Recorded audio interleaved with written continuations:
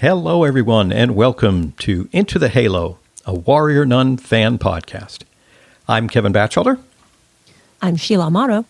And I'm Kimberly Amato, and this is our deep dive discussion to episodes 1, 2, and 3 of Warrior Nun. Now, we will be talking about specific things that happened in these specific episodes, so fair warning that there are spoilers ahead in case you haven't seen the episodes yet. And when we say spoilers, we mean spoilers for episodes 1, 2, and 3 only. Correct, yes. Because we want you folks to enjoy it as much as we did first time around. All right, before we kind of get to some of those episode discussions, we want to do on the podcast here a little bit of news and updates section.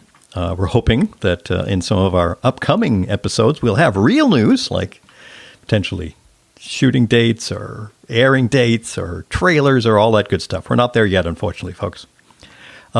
But we did want to mention, and we'll put in the show notes that you can check out at our website, warriornunpodcast.com, links to a couple of items that, as Warrior Nun fans, we think you might enjoy. Specifically, there are a couple of interviews of the showrunner, Simon Barry, on the YVR Screen Scene podcast that he did. One kind of a general interview for Simon and some of his work, and then one that is specific to Warrior Nun. But both are very good, greatly enjoyed them. So they are highly recommended, especially now while we're kind of between content for the show. It's something we thought you folks might enjoy. The other item there'll be a link for, a little more close to myself, if you will, from firsthand experience, and that was a Warrior Nun discussion panel for Season 1 that I took part in last summer. It was part of Dragon Con Goes Virtual. For those who don't know, Dragon Con is the world's largest fan-run convention. Before COVID, you would be looking at approximately 80,000 attendees there, fan-run. And the Urban Fantasy track that I am actually the assistant track director for covers Warrior Nun, and we did a panel discussing it. It's up on YouTube. There were several folks there discussing the season, and also it's, again, much like the interviews with Simon, only for folks who have seen the entire season. So if you are new, you probably want to hold that link. But again, another fun discussion between folks who are fans looking at a lot of things we'll be discussing here on our podcasts in the coming months. So just more content, hopefully, to keep you busy. And before we do move into our episode discussions, again, episodes 1 through 3 of Season 1, please give a listen to this promo from one of our podcasting friends. Oh, hello there. It's Lee from Lasers and Lockets podcast, the bi-weekly, always nerdy podcast celebrating strong and complex female characters in science fiction and fantasy entertainment. Sound right up your alley? Join me as I sneak aboard spaceships, adventure with elves, and hunt artifacts threatening to ruin the world's day. Oh, and so much more. Get your nerd on and subscribe now on your favorite podcast app. All right, now that we've taken care of kind of catching you all up on things and getting some details out to you, I think it's about ready to really have some fun here. Let's start talking about the first 3 episodes of Warrior Nun. So one of the things we thought we would do, because every episode title is actually a biblical reference, we wanted you to know what that reference was. So Warrior Nun, episode 1, Psalm 46:5 says, "God is within her, she will not fall. God will help her at break of day." Giving a generalized summary of episode 1. Kind of really this is very, very foreshadowing, because Ava is dead. She's on a slab, and the priest is discussing with the orphanage sister what happened, all of this information, and the halo bursts literally through the wall with the bearer, and the bearer passes, and somehow, due to serendipity or I kind of want to say serendipity again, just because truthfully, that's what it feels like in this story. It ends up in Ava, and Ava rises again, and she can walk and feel her limbs, which is something she has never felt. So it's a really interesting beginning, like a lot of introductory episodes where they lay the foundation and the groundwork with all these characters that are kind of all around you, and you kind of don't know who everyone is and how they all intersect. And I really think it's a very powerful beginning. Right. And we learn about the other warrior nuns, if you will, right? Yes. We learn about Sister Shannon, who is the leader. She is the current Halo bearer until she dies in an ambush, right? We also have Shotgun Mary, and she is very close to Sister Shannon. Sister Lilith seems to be the next Halo bearer in line. We also see Sister Beatrice. She seems to be like the tactical expert. She's like coordinating a lot. What was she coordinating? She coordinates the members of the order on these missions and kind of seems to be the middleman a lot. Yeah. Yeah, as any of us who've watched shows knows, it's so critical and so difficult in many cases to get so much information out to viewers. And they do throw a lot at us very quickly. Even aside from, rewatching just for fun, I certainly found myself having to rewatch that first episode a few times to make sure I was getting the foundation set up. I know with the Netflix shows, the binge model, everybody wants to run through the whole series as fast as we can to avoid spoilers and start talking to friends online sometimes. But that first one, as you both just laid out, there's so much that's given to us, just in the first few minutes, not even the whole episode. As you both just said, in terms of getting an idea of who these folks are, what happened to them, kind of I don't know if you want to say hierarchy, but the who kind of handles which part of things within the group.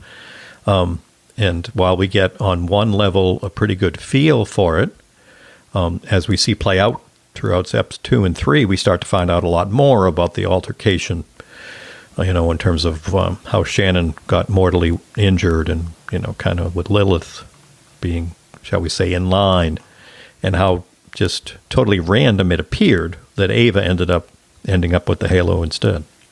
She was in the right place at the right time. Certainly from her point of view, but from the Order's point of view, question mark? You're right. I guess we're going to see a lot more on that. It did feel, I'm not going to lie, in those first 10 minutes, it felt so overwhelming because there was so much going on that you want more. I'm not saying this is a bad thing, but it's one of those things where I was like, oh my God, I don't know where to focus. Does that make sense? Right. Because, we were also learning about the Halo's power, right? That whoever was bearing it, it brought Ava back from the dead. It also allowed her to basically walk through walls. She was thrown, and she just appeared on the other side of a store wall. And we also saw that her injuries were magically healed. And the Halo burned the fingers off someone who tried to grab it without a specific device. Right. So this thing is super powerful, and you've just basically been told all of that in the first 10, 15 minutes. Right. And this is where I say, as a viewer, and this is a very cool thing, at least in my mind, we're a bit like Ava, because, she's the one who also gets so much thrown at her about all of this, and as they start to give her the history of the Halo and other stuff, you can appreciate from her point of view. We get a lot of these stories about the chosen one, doing my air quotes. I can't see it, folks, but doing my air quotes, chosen one, in different shows. And you can kind of get why she'd be like, okay, wait a minute, time out. This is a lot to digest. But very fascinating, because this, I think, is part of what really helped to draw me into the show quite a bit very quickly was, wow, there's just a lot of layers to it, a lot of people that are involved in this, and a lot to pick up on. As you said, Kimmy, in the best way possible. What I also love, though, is that even when all of this, in the first episode, there's so much action going on. There's a lot of who did what. Shannon, with her dying breath, basically tells Shotgun Mary, don't trust anyone. So there's something going on that is much more involved than we have. And like you said, Kevin, because we're sort of like Ava figuring this out throughout, I do enjoy her voiceovers because you feel like you're living through her as she goes through this. And that innocence, that exuberance of feeling free that she really hasn't had. Well- to see that as the yin to the yang of all of the action and other stuff going on with the order and the demons and whatnot is fascinating, that dichotomy. Yeah, and in my head, I'm thinking she's been a quadriplegic for like 7 years, right? So she hasn't been moving, she hasn't been doing anything, and then all of a sudden she is able to. And just that shock of trying to figure that out, like what is happening. And it's actually to me for the first season, first episode, where we get to know a little bit more about Ava. She is urged by Diego to really grab hold of the second chance at life. Yeah, I mean, that's some great stuff there. I mean, if I'm recalling my details right, there was the car accident that caused her to be end up bedridden. I think she was maybe around 7, they said, when that happened. And I think she's said to be 19 when she died. So she's been there for like 12 years. I mean, that's a long time, certainly at that age, to be like that. So yes, to suddenly find yourself with the ability to walk, and not only walk, but like you both mentioned, get thrown through a wall, get your leg broken, and then magically fixed. And even at one point, when she's kind of going on her little walkabout, she ends up in a club there, and the bouncer kind of comes up to her when she just reaches out to, probably in her mind, gently push him away. She actually ends up sending him across the room. So I think she's got a little bit of extra super strength there too, as we're going to come to find from the Halo. So, and that's not something I remember. I didn't pick up on that part of it in the first watch or two. Again, being rewarded for the rewatches. So, it's just fascinating to see how that's going to kind of come into play on all of it. So, and one thing you touched on there, Kimberly, I don't want to go too deep on it right now, but the Ava voiceovers. Now, I know, without being spoilery, there are lots of folks who are just rolling their eyes right now because they weren't a big fan of those. But I know, I didn't have an issue with it, certainly here in season 1. I think it set the stage pretty good. I'm not saying I want to hear a lot of it probably in season 2. Not that I wouldn't mind some, but, maybe that's something we'll see as the season plays out. One thing that I was very fascinated about, and if anybody, which the two of you have seen my list of topics, I am obsessed with trying to figure out what we were introduced to here, which was divinium. Because when Ava is going through and she goes to the wall and she can see the trails of demons, so she knows where they are. And so she's got all this extra strength and this power now, but yet one thing can kill her, and that's divinium. What is it? It's like instantly I was focused on that. I'm like, okay, why was that in Shannon? How did that get in Shannon? There was an ambush, but where did they get this rare metal? So it was, that's just leaving like so many things in the back of my head that I want to talk about right now, but that's like episode 4, 5, 6, 7, 8, 9. I can't. I'm sorry. Put a pin in it. I'm putting a pin in it. Yeah, going to have to put a pin in it. Now, what did you two, I'd be curious to hear both of your thoughts, as we see Ava, I call it her walkabout, meaning when she, just starts wandering around, meeting up with JC and the gang. I mean, how fortuitous was that to kind of come across some other folks who very much, keep what they're doing on the down low too? I mean, I think that it was fortunate that she did, because even though she has super powers, it's still a dangerous world out there, and she's been in her little cocoon for 12 years. So it definitely, from a character development, I think, allowed her to explore all of these other things that she hasn't yet experienced, and because she was a quadriplegic. I think Kimberly was saying that there was still an innocence about her, so she was through the eyes of all of these other teenagers, if you will. They're exploring the world and trying to figure out how to have fun, and so she's trying to also figure out how she fits in that, and if she can fit into that. Yeah, I felt it was very fortuitous, number one, because like Sheila said, there is a dark world out there. So I was happy that she came across people that were willing to save her life, because the minute she jumps in the pool and it's like cold water will wake me up, and then she goes, oh wait, I can't swim. that exposure to things in a protective way, it was like these were her guides. So it was, again, it added that level of development, which I liked. And I liked how they all kind of showed her how to have fun and live, and experience things in a different way. Because again, she's been in that bed forever. So having people, I don't want to say handhold her because they really weren't, but having people guide her, help her to see the world eventually helps later on. And again, I got to put a pin in it. Yeah, very true. I mean, let's face it, who wouldn't want to meet a gang that you could go party with and have some fun? Certainly. For those who haven't seen the whole season yet, I mean, the whole backdrop of Spain and going to see some beautiful vistas and locations and everything else. So getting a chance to just go hang out and party. Just when we see her kind of settling down and having some fun, we see some of those demon things and she's able to see them. So we're reminded, like you said, that balance of the innocence, if you will, of Ava and what she's now been lucky enough to get a second chance, kind of balance to get the fact that, it is a cruel world. And in her case, she's going to be aware of even more of that cruelty than maybe most people might. Although I have to say, that club scene was rocking. Love that.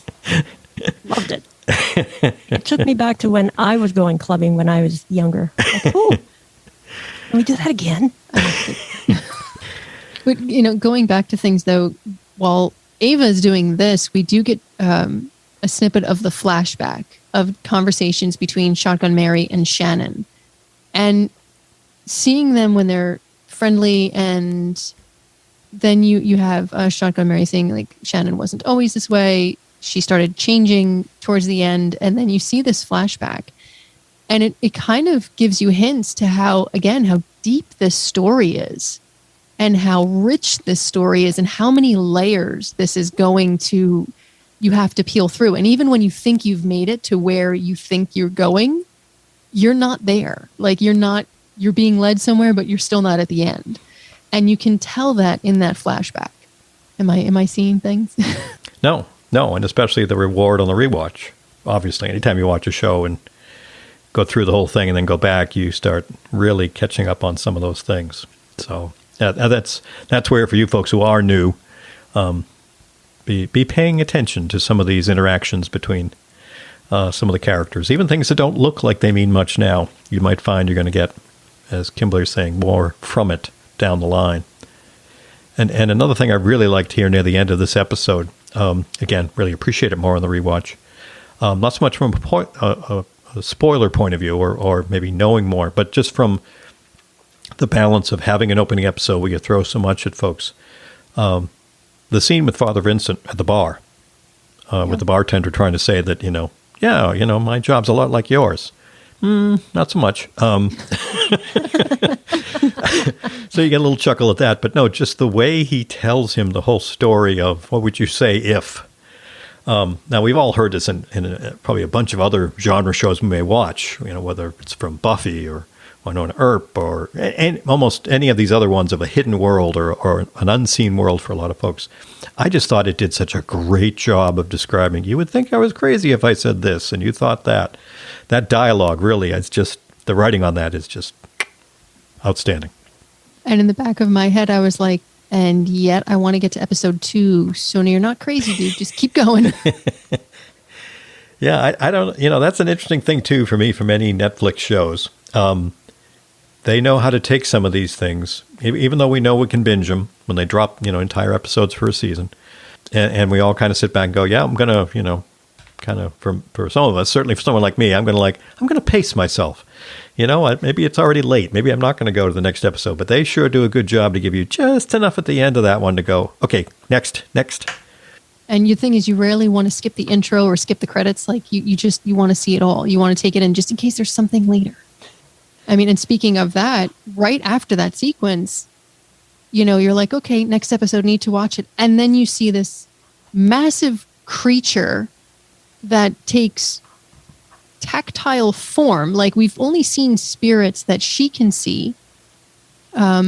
and we see them kind of go into humans. So we assume they're somewhat spiritual. And here's something that can touch and hurt a human. It kills the priest and then flips over Shannon's body and slices through her back looking for the halo.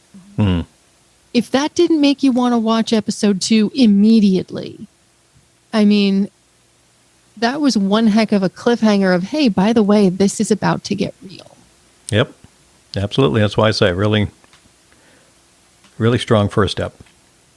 So then I guess we're going to jump right into episode 2 then, because episode 1 is a lot, and I think everybody's going to have to watch that a bunch of times more. I think we could watch that 10 times more just to find pieces we're missing.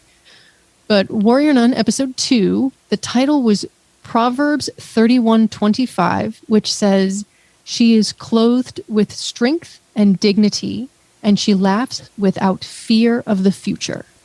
Again, very foreshadowing. Yeah. What do you both think? Well, I think that this is where she's, just trying to really continue to experience new things. She's trying to hang out with the friends, go different places, crash what is the Arctech? That was the place that they went to. Yep. She's still trying to figure out, what's going on. And this episode is actually the first time that she realizes that there's something in her back. She sees that circular scar because JC actually pointed it out to her. Oh, that it was a tattoo. That he thought it was a tattoo. He thought it was a tattoo, and she was like, "What scar?" So she's starting to realize, hey, something might have happened to me here, and as Ava is learning her world, we have that parallel storyline of Shotgun Mary trying to figure out what happened at the docks. Yeah. Trying to figure out who ambushed them. And it was with Father Vincent's blessing to go ahead and do that. Yeah, and for me, this is the episode 2 where I really started getting very interested in Shotgun Mary and her backstory. Because her skill set, having seen the first episode, seeing that it's, obviously the show's titled Warrior Nun, we see several of the nuns that are part of this group, but seeing her here and seeing her skills to not only investigate, what might have happened, that caused the mortal injuries for Shannon, but also knowing where to go for information, to the lengths that she's willing to go to get that information, as we'll see. I mean, that's, that this is where I love from a show that it's more than just your lead character, too. Not that several of the other characters aren't going to be great that we'll be talking about, but I just thought for me, this is the episode where Shotgun Mary got very interesting. She has unconventional methods. For me, it was seeing that side of Lilith, because, seeing Shotgun Mary, like you said, her means and her methods and her skill set, and then also seeing Lilith kind of go toe-to-toe with Shotgun Mary about, Ava is a means to an end. We need to get the halo. The greater good is save the world. There's where Shotgun Mary is going, but she's still human, and Lilith's going, yeah, it doesn't matter. I need the halo. I'm next in line. It's an interesting play, the way those two characters weave around one another this whole episode. And then Sister Beatrice. I can't pronounce her name today. I don't know why. Sister Beatrice. She seems to be like in the middle somehow, trying to find the middle ground. Because in the scene that I'm thinking about, she tells Sister Lilith, vows aren't the only way to express dedication. Yeah. Yeah, love that one. Love that line. Yeah. Mm-hmm. So, it's trying to tell Lilith, look, we're different, but we all have the same goal. Yeah, and that's what's fantastic from the story point of view as it starts to play out like you both just described. We've got all these different characters, their own personalities. These are not cookie cutters. They're not all going to line up, be exactly similar to everybody else. That's what I'm really loving as developing here, is that they're each bringing themselves to what's going on. But as we said, the idea that they are, or at least appear to be, going at one goal, but, mentally very different approaches. And then just when we think these characters, like, again, with that onion peeling ideology, just when you think you are, okay, here are the characters, it's the Order, it's Ava, we have to figure out how to fight the demons. Now you're being thrown another level with Arctech and how they're on dig sites and they're digging up this ancient armor and melting it down. And you meet and see divinium, and you meet someone who left, Christian, I believe his name was, who left the Vatican. And then you meet Cardinal Doretti, and you see how those two really butt heads.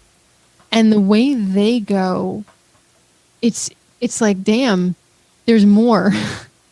Just when you think you're going down that avenue you're supposed to go to, now, okay, well, now it's science and religion are fighting too. So there's so much here, again, to decipher. And then they play with portals. And I still want to know where the hell that portal goes. That's all I was saying this entire episode. I remember watching it for the first time with Sheila, and we were sitting there, and all I kept doing is looking at her going, where does that go? Where does it go? And I kept saying, like all horror films, I expected something to reach back out through the portal, grab her, scream, the whole thing. So I'm more fascinated by that right now. That's like my whole big thing is the divinium. I'm sorry. But it's also a great example of why, and we're going to hear this play out as we do more podcasts, the show works on so many of these levels, from the overarching story, your lead, what's going to happen there, the mythos of all these pieces in here, the relationships that, we're starting to learn a little bit about, but also the ones that will develop as things start to happen in the show.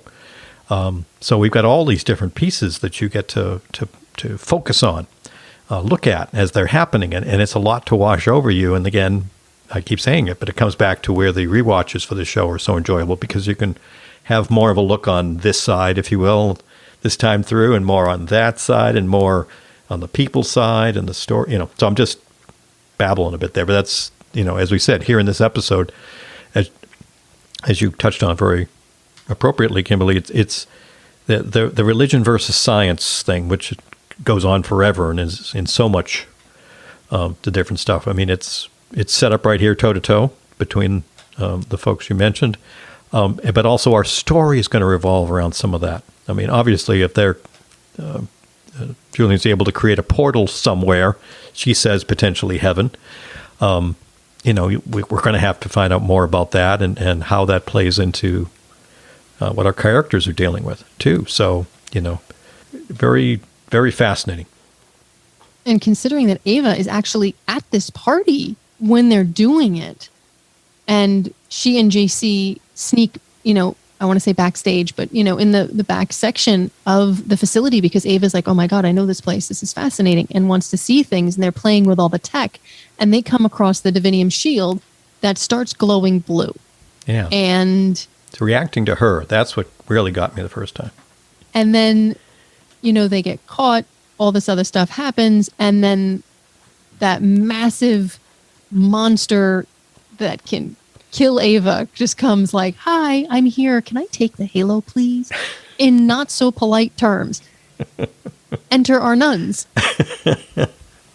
Well, you're speaking about the divinium. When we were watching it again the second time around, I actually didn't realize that Cardinal Doretti had a ring that had divinium, because when she enters the check-in line and she sees the cardinal off to her side, he had his hand down and it was actually glowing blue. I did not catch that the first time around. That's, again, that's the little hint that divinium is not just at the dig site. It's a little bit everywhere. Yeah, excellent catch, because that's one I didn't catch the first couple of times through. And now I can't unsee it naturally. Anytime Exactly, right? Anytime you have a show like that where you catch something, you pick up on it the next time. But you're right. I mean, the fact that Ava knew what Arctech would done because of her being bedridden and what they have done, was just something she would naturally be interested in. And from our story, it just folds so well together that's part of what they end up, just getting themselves in trouble looking around. And sure enough, what we come to find out is called a Tarrasque, based on conversations in the next episode, that, just showing up, going through walls, freaking everybody out. And sure enough, we have the gang show up to basically what they think is to save Ava, right?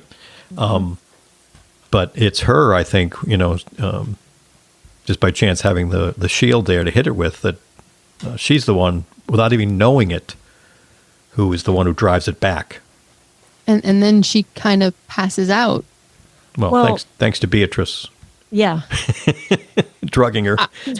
Just a little. It was just a small little prick in the neck. But it beautifully ties into what you both were describing earlier when we talk about all these different characters. Beatrice being so pragmatic and smart, as she kind of said, she knew she, meaning Ava, would be trouble. So she had something to tranquilize her just in case. And Beatrice actually was the one who, did all of the research on what the Tarrasque. Tarrasque. I want to say Would you like to say that? Tesseract? Tesseract, I know. I know. It's like, wait a minute. Different show. Hang on. So the Tarrasque, where, she was actually telling everybody, this is a higher level demon. They can only stay in our realm for short bursts, and, they are honing in on whoever has the halo. And only the combination of the halo bearer and Divinium sword can slay it. So that's where we were introduced to, how do we kill this thing? One other little note, though, and I glanced over it. And before it, when I watched it on the first time, it didn't quite make sense to me, because I was like, there's a phantom kid somewhere. But we see this boy who now lives in Arctech. Mm-hmm. And he somehow knows Ava is there. Nobody else knows really Ava is there, but he sees her. And she sees him, because that's part of the mystery. She's wondering who that is, yeah. So now that I've seen everything, and I keep saying I have to put a pin in my thoughts, because otherwise I'm going to spoil things, and I'm trying to be so good. Because if you ask my wife, I spoil everything, and I'm trying to be good. You're doing better. You're doing great this time. Doing great. But it really, it's this show is just, their foreshadowing is so brilliant. I love it. I'm a 5-year-old right now. But again, also too, like we talked about, what a great way to end an ep, to make you want to hit that next button real fast when you throw a demon through the world and stab someone in the neck. Yeah, you knock out your lead. On that note, I'm just going to go right into episode 3. So we're in on episode 3.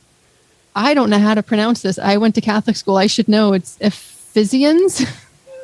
I'm so sorry. Somebody please correct me if I'm wrong. But 6:11, put on the full armor of God so that you can take your stand against the devil's schemes. And again, great job with the title link, because, as we start to learn a little more about the backstory of the Halo, here with some little flashbacks, started to get this whole good versus evil, God versus devils. It's all starting to get laid out for us. I also took it somewhat literally, because literally they put armor on her, on Ava, to very good, yes, dampen that, I guess, the signature the Halo puts out. So it's the figurative and literal, not literative. That's not a word. But I really like these titles. Are just so good. And when she first wakes up and she can't figure out what's going on, we actually learn that the Halo responds to emotion. So because Ava, I guess, has not been trained at all, she doesn't know how to handle any of this, obviously. And so she goes through the bed and then starts losing control with her emotions and ends up kind of, I don't want to say blowing up, but she blows herself backwards and basically knocks herself out. Well, that's how she escapes the confines of the bed that she's in. So without even thinking about it, she just naturally got herself out of that situation. Until, of course, they, knocked her out again. But I also found it very fascinating, and we touched on a little bit in the discussion of the earlier episodes, even before or just as she's waking up. You have Lilith and Beatrice, wondering about the impact if they take it out of her. Will it kill her? Will it make her quadriplegic again? So we're still dealing with this isn't just oops, somebody got the wrong order at the deli kind of thing, and you got the magical item in your pocket. It's actually in her, and the impact of it in her. This is still something we're going to have to wait to see as it plays out. Yeah. And it gives another section to Lilith, because she seems really steadfast on, so what? You really have this level with Lilith of, but she's not trained. We have a war to stop. We have to protect mankind. We don't have time for this. And Beatrice is like, but you can't just jump. You have to know what you're getting into. And it's a fascinating, again, to see how these other characters are going back and forth and bringing extra layers and showing you that not every answer is just straightforward here. Everything really needs to be thought out and planned. That kind of goes back into when, Father Vincent is teaching Ava all about the halo and where it comes from and how it started. There's so much more to the halo than we know. So much more. I don't even think by the end of season 1, I fully know everything about the halo, because you've seen my list. So The ever-growing one, yes. I'm sorry. Those will be addressed, folks, in separate discussions, which are great discussions. But yeah, it's, and one of the maybe small, but I thought important things here, again, Father Vincent giving her or having her read the story, sometimes reading it, sometimes him visually showing it to her, of the halo and kind of its origins and so forth. It's for Ava, naturally, because she's totally outside of this. But also for us as viewers, we're getting some more basis, some more backstory. But I also like that rather than just Ava going, oh, okay, well, sounds like I'm in then, I guess. She very much is like, in very great comedic timing, like, what does this have anything to do with me? What's, again, cut to the chase rather than all of the grandiose descriptions. So I kind of like that, because that's for us as viewers a little bit too, that yeah, it's nice you get all these books and you get all this big story, but cut to why it means anything. Right. And I like the fact that, in the story of Ariella, that we actually find that she was a non-believer herself. And so, Father Vincent was trying to make that parallel connection that Ava, as a non-believer, can take up the mantle, if you will, and lead the warrior nuns. And while this story is going on here, when we see Shotgun Mary again, they have cornered the security guard from the Arctech party, and they're looking for information. And we learn a little bit about her code, because security guard is basically on the knees at the edge of the cliff, and he's like, well, the cliff is a nice touch. And again, it shows the willingness of Shotgun Mary, of how far she's willing to go. But she also has ethics, because she throws a gun to it. It's not just, I'm not going to kill you in cold blood. You're going to pick up that gun, and when you go for it, I'm going to protect myself. And it's a fascinating level within her, because, again, not of the faith, but picked up the mantle. Granted, not a warrior nun or halo bearer, but still fighting the good fight and standing alongside for what is right. I think the bigger theme here is, what is the greater good? Everybody that we meet thinks they're doing the right thing for the right reasons. So you're watching it play out over these first 3 episodes. The innocence, like even Lilith from episode 1 to now, it's always been what is best for the war and the fight and the this, to that when she's fighting with Ava, when the thing is going, when every time she swings the stick. Well, how do I use it? It's a stick. I'm sorry, I had to throw that in. But when she's fighting with Ava, it's very clear cut. She's like, you need to train. You can't do this. I'm proving you can't do this. And the reason you can't do this is because you are not trained. You're not a halo bearer. You are an intermediate. It should be in me. You know, everybody thinks they're doing the right thing. And I'm just babbling. I'm stopping now. No, that was a good point. No, yeah, it's not babbling. It's why it gets fascinating, because Lilith has her idea, like you said. She believes what's best for the greater good is give me the halo. I've trained for it. I'm ready. I'm next. I should have it. Basically, screw whatever happens to Ava or anybody else.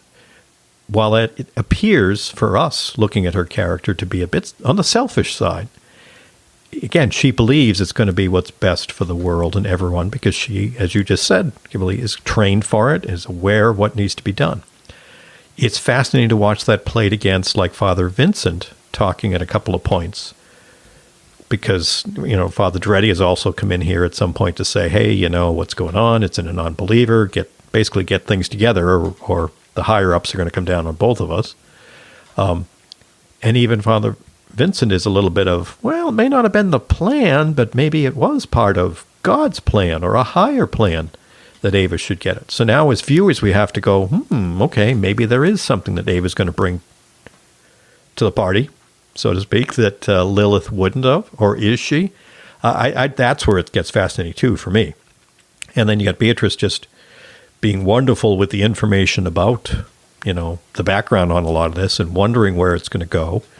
And certainly seeming to be someone who wants to, shall we say, follow the rules. But within that, if there's a loophole somewhere, she seems like someone who will be willing to take that tangent differently than Lilith might. So again, much like you're just saying, Kim, it's fascinating to start to see, as they're all really, you know, excellent writing, excellent acting, to give us these, each of them, unique characters in this same umbrella of what they're trying to do, but having different approaches to it. And I do hope somewhere on your list, because I haven't looked through it all, or at least I couldn't digest it all yet, the Shotgun Mary, and again, her creating her line in the sand for what's allowed by feeling that security guy, the one who was part of the ambush on Shannon, she wouldn't kill him in cold blood. But she certainly set him up so she could at least feel to herself that what she did was within her code. But that's when we now have to start talking about gray areas and so forth there. But again, for another discussion. See, that for me is very much within that Beatrice line where she's discussing with Ava, and they're talking about Shannon and, you know, boarding school and how Beatrice, and we start to learn more about Beatrice. And when Ava goes, you know, I feel like I get a feeling there's something more. And Beatrice's line is just, there's always more. We don't really know a lot of things. Let's be honest. It's 3 episodes. We don't know a lot. But looking at it, we can't take anything. That line to me told me bluntly, nothing can be taken from surface level at all.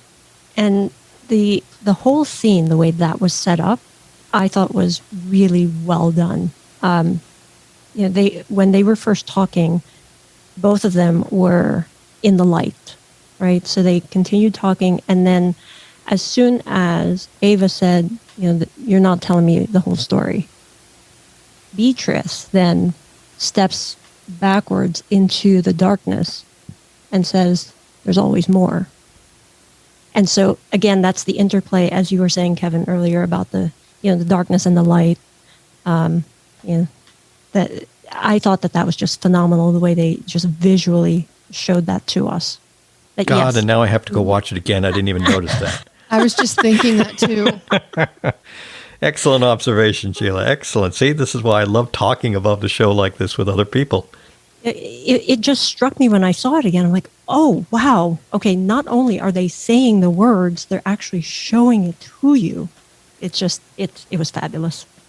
Yeah, I got to admit too, by this episode, I'm loving because it had happened a little bit when they sat down to eat, that Beatrice is kind of the one being at least willing to I don't know if I'd say the word welcome.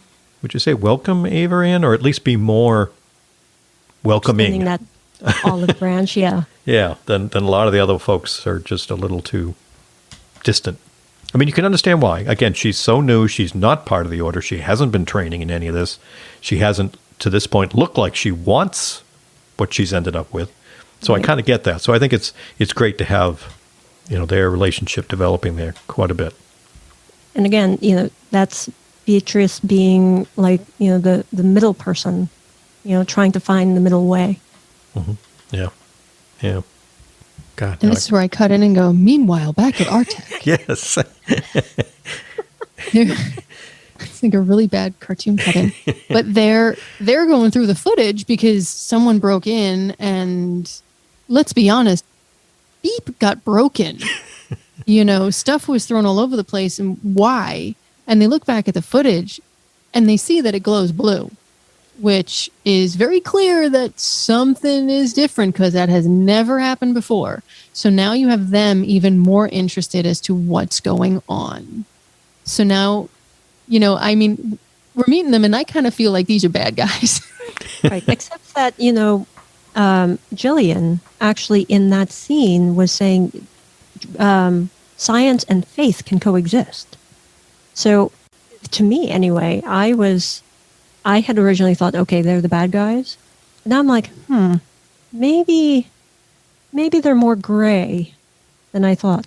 There's always more. You're just going to keep throwing that out every time we try to take a point somewhere, aren't you? Yes, because it's so true.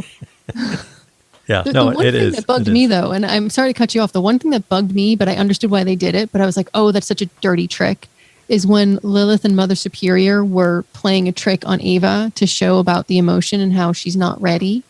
And she runs through the wall, but her foot gets trapped. First off, creeped me out being trapped because I'm claustrophobic, so the idea of being trapped in anything creeped me out. But it felt, to me, I understood why they did it, but did it feel like a really cruel thing to do? Well, it's cruel in the sense that I think both of them, though, at this point, very much think Ava is more a liability than an asset. So let's really, as we, again, in many of these stories of the Chosen One, especially, they have to go through some trial by fire, whatever you want to call it. And this was their way of really ramping that up right away. In a very cruel way, yes. But if Ava had showed any skill set, instead of running to save herself, and then literally, like you said, not even be able to phase completely through the wall, it really was, as a viewer, it made me feel bad for Ava. I was starting to identify and thinking, okay, maybe just give her some space and she'll be in this. But it then made the two of them seem like very little compassion, very much just by the book. You weren't supposed to be the Halo Bearer. I got to do anything I can to prove that. Did you feel it got a little too much, though? Like and again, this is just me asking questions. When Mother Superior then started going off on her and telling her, this is how you died, this is who you were, this is how you live, blah, blah, blah, and like kind of digging that knife in a little deeper each time, it just felt like, oh man, back off, lady. But I think what she was doing, and again, in her mind, she might have been thinking that she was doing the right thing, right? Because she wants to protect the other sisters, the other nuns, right? Because she doesn't think that Ava is ready or worthy to be the Halo Bearer. And so, if she then proves that Ava can't do this, she would be willing to just give up the Halo. At least that's what I think. And much like that phrase, you're going to keep bringing back to us, Kimberly, as we've heard many times too, when you talk about other stories and you wonder why, to my air quotes, quote, and quote, the villain does what they do, it comes back to that the villain thinks they're the hero of their story. Mm-hmm. So Mother Superior, much like you just said, Sheila, believes that this kid isn't ready, this kid isn't the one to do it. The sooner we find that out, the better we're all going to be. Right. So again, right. From her perspective, you kind of understand it. It was cruel. I will not doubt that at all. Mm-hmm. Certainly made me grumble at her, because she had given some, I don't want to say help, but even like you talked a little earlier about the whole sparring thing where the stick, and it could phase through Ava. I mean, she was trying to tell her about, yes, different bearers have different skill sets. And I mean, she was giving her a little bit like Father Vincent had of, okay, this is a little bit of how the halo can work. And, we're going to have to find out what your skill is or what special trait you have. So it did seem like she might have been, I don't want to say softening on her, but yeah, she flipped to cruel pretty fast. And to piggyback on what you said, Kevin, in that scene, Mother Superior was the one who said that the physical and the psychological are intertwined. And so the sooner Ava can understand that, then the better off she'll be, because otherwise she's going to fail. And so at that point, I thought, okay, yeah, maybe Mother Superior is trying to help Ava. And then the other scene happened, and she got stuck in the wall. And it all leads me to that last note. Ava she's being snarky, she's being sarcastic, she's got this new lease on life, and they're all handing her all this information, and it must have been so overwhelming because the fate of the world rests on her shoulders. I mean, Shotgun Mary just basically, tries to kind of ease her in a bit, but like Lilith is somewhat hard on her. Beatrice tries to ease her in. They go through all of this stuff. We discover that, Shannon's been assassinated. Shotgun Mary comes forward with that. They give her Shannon's room. So now she's walking in the footsteps of someone so revered. When I see that last note, I want to live, it just reminds me of a line that I always see in reference to WALL-E, which is the Pixar movie. And it says, I don't want to exist. I want to live. And it's a very fascinating take on this, because you've given this person everything and you've told them this is what you have to do. And she's been told that the entire time she's been in that bed. And all of a sudden she has the ability to live. And you're saying, no, by the way, you can't do that.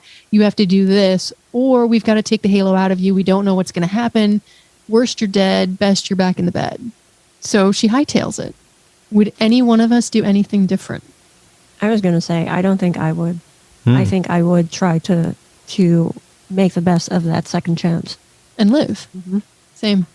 Yeah, and that's where it's fascinating, too, because those of us who are longtime TV viewers, you're used to this story of the chosen one.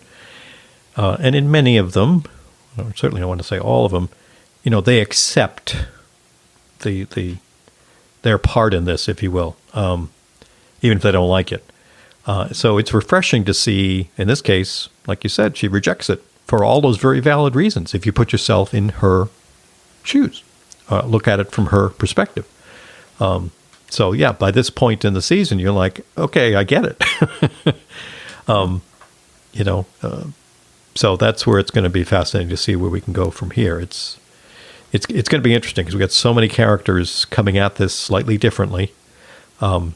That you can totally get. It's not like this has been not that before I say anything on that, let me ask both of you maybe quickly. I mean, as we've seen some of these different stories of the chosen one kind of being enlightened to what's going on in the world, really going on, and they have a part to play in it. In most of them, or in many of them, as I start to think of a few, the group that is there to assist them, or the person that's there to assist them, is doing it in a nurturing way. For the most part. And as we've just described in this one, half the folks there, it seems like, are out to kill her, almost. So, that's certainly not going to make you comfortable and want to accept any of that either. So aside from not only wanting a chance to live in the sense that I haven't been able to, it's also I want to live in the sense that these folks are going to kill me. Right. Yeah, that is true. Like I'm running through my head all of the series I've seen with the Chosen One.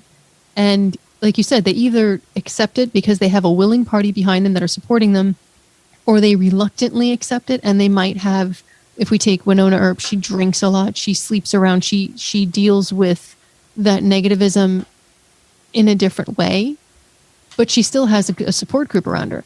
This is the first one I've seen where they're, even the ones that are showing support, it's somewhat like, okay, we're in a really crappy situation, so let's try the best. Like Father Vincent, well, maybe it's God's plan.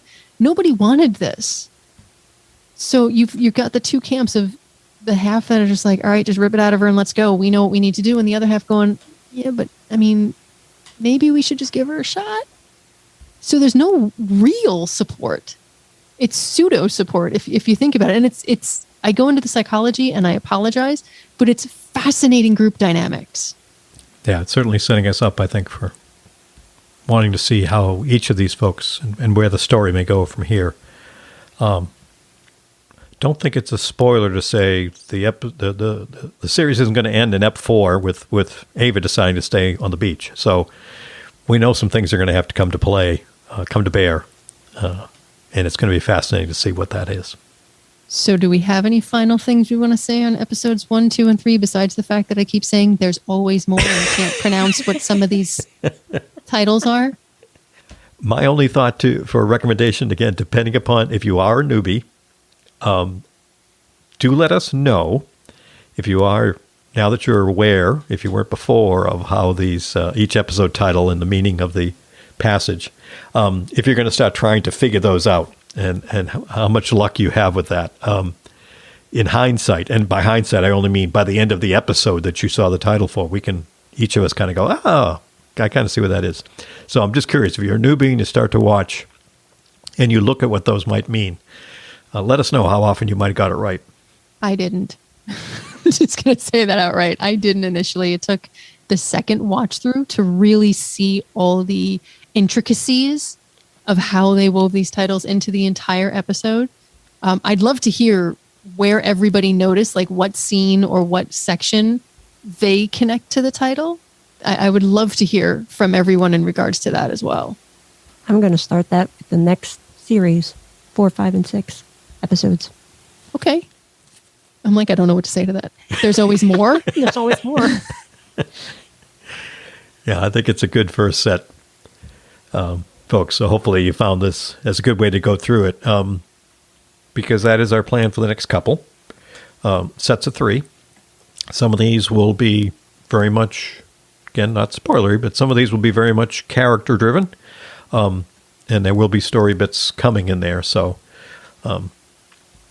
enjoy all aspects of it, from the story to the characters, but also, if you're not aware, visually, the cinematography on this show, beautiful, beautiful vistas and things. So enjoy some of that as it's playing out if you haven't already too.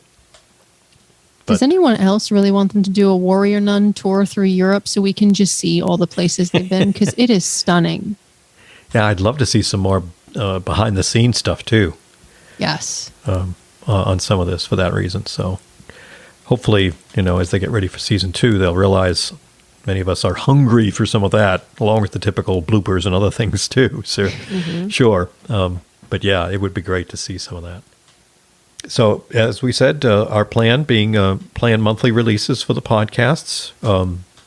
Look for the next one covering 4, 5, and 6, probably towards the end of June-ish, somewhere in there.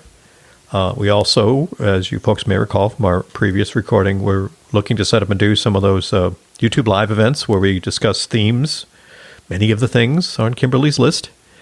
Many of the things Sheila told her to put a pin in. We'll come back for some of those discussions. And probably by that next podcast, we'll be able to give you some dates or timelines as we start to do those come the summer. So for those who have seen the whole series, we will be having more discussions that cover everything, that we don't have to be somewhat stifling ourselves on as we kind of get things rolling out. Anything else, ladies? Otherwise, I think we've got a pretty good wrap here on the first 3. Yeah, I kind of want to go into more, but it's like, I feel like we've got that Netflix button. It's like just next episode, but we can't do that. But for those of you listening to the podcast, if you found us months from now, yes, you can. Yes, that is true. The beauty of podcasting and time shifting.